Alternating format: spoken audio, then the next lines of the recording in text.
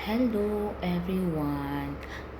Gusto ko i-share sa inyo kung paano ko po nakukuha or na income si Sitaw guys. Sa loob po ng 4 months, sa first store ko ay bumalik na po ang puhunan. Nakabawi na po ako.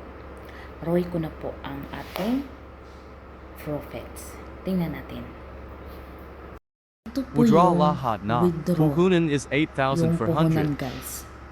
Yan po ang na-withdraw ko sa halagang 8,400. Okay? At ito naman po ang ating puhunan. Nandito po ang puhunan natin sa halagang 10,775. So, nakapag-withdraw tayo ng puhunan is 8,000.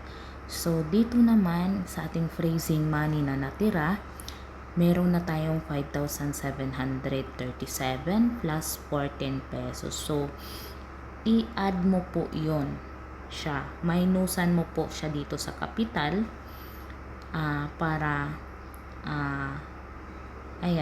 bawi na po tayo. Punta tayo sa ating dashboard guys. Yan po ang income natin, no? Yan na po ang tubo natin, 3,848. Bali, bawi na po ang puhunan guys sa first store po. Ayan, thank you.